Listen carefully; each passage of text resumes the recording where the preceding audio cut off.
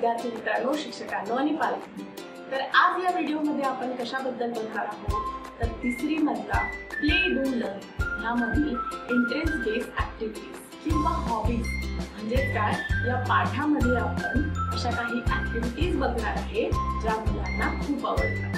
तर सगळ्यात आधी या पाठामध्ये काय काय दिले ह्याच्याबद्दल चर्चा करूया। तर बघा, सगळ्यात आधी या पाठामध्ये दिलेलं आहे मास्क कसं बनवायचं किंवा आपण पिगी बँक म्हणजे काय।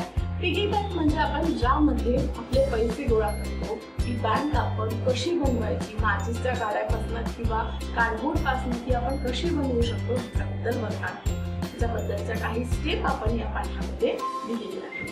तसेच आपण पेपर पासून बटरफ्लाय कशी बनवायची हे देखील या पाठामध्ये शिकवणार आहोत। बघा, विद्यार्थ्यांना नवनवीन क्राफ्ट म्हणजे काय आर्ट आणि क्राफ्ट या बाबतीचे हॉबीज आपण यामधून परिपूर्ण करणार आहोत। या पाठामधून 3 गोष्टी आपण विद्यार्थ्यांना करायला शिकवणार। आता बघा, विद्यार्थ्यांच्या स्किल बद्दल आता विद्यार्थ्यांमध्ये कोणते स्किल यामधून येणार आहे तर बघा, विद्यार्थी हा पाठसरतेशी स्वतःच्या हाताने क्राफ्ट बनवू शकणार आहे। म्हणजे काय असे जे व्हिडिओ दिलेले आहेत, ज्या स्टेप्स दिल्या आहेत त्याद्वारे विद्यार्थी पेपरपासून मास्क बनवणार आहे, पेपरपासून बटरफ्लाय बनवणार आहे किंवा पेपरपासून विद्यार्थी वेगवेगळ्या नवनवीन गोष्टी देखील बनवू शकतात। त्यामुळे स्किल काय तर दुसरं स्किल विद्यार्थ्यांमध्ये येणार आहे क्रिएटिव्हिटी।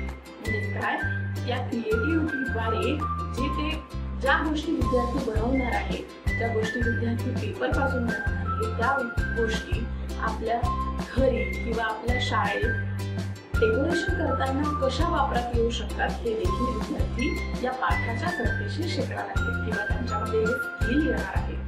तर आता बघूया तिसरा भाग म्हणजे काय मूल्ये। आता मूल्ये कोणती रुजू होणार आहे तर बघा, ग्रुपवर मुलांमध्ये निर्माण होणार आहे। म्हणजे विद्यार्थी जेव्हा क्राफ्ट पेपर क्राफ्ट बनवणार आहे किंवा पेपरपासून नवनवीन गोष्टी करणार आहे, यामध्ये आपल्याला दुसऱ्या मुलांची हेल्प कशी होणार आहे किंवा ग्रुपवरची हेल्प कशी होणार आहे याचं इम्पॉर्टन्स त्यांना करणार आहे किंवा ग्रुपवर किंवा टीमवर्क याचं इम्पॉर्टन्स त्यांना करणार आहे। तसेच विद्यार्थी सक्सेसफुली म्हणजे काय विद्यार्थ्यांना कचऱ्यातून कला करता येणार आहे।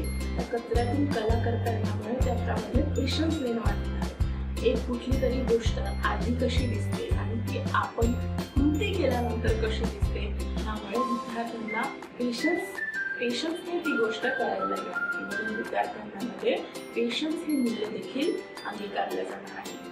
आता बघा, आपण या पाठातून कोणती विकास क्षेत्रे परिपूर्ण केली आहे, NEP 2020 द्वारे कोणती विकास क्षेत्रे परिपूर्ण केली आहे याचा बघूया।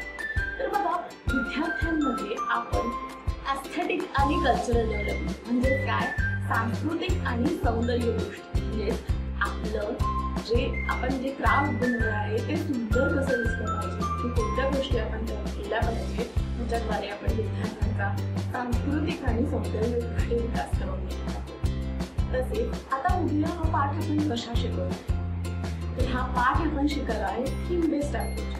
आता थीम कोणती घेतली आहे तर थीम घेतली आहे आपण क्राफ्ट, कारण आपण या संपूर्ण पाठामध्ये फक्त क्राफ्ट बद्दल शिकवलं आणि क्राफ्ट कसं करायचं ते पेपर पासून कसं करायचं किंवा पेपर नसल्या तर कोणत्या दुसऱ्या गोष्टी घेऊन आपण ते करू शकतो याच्याबद्दलची माहिती आपण विद्यार्थ्यांना दिली आहे।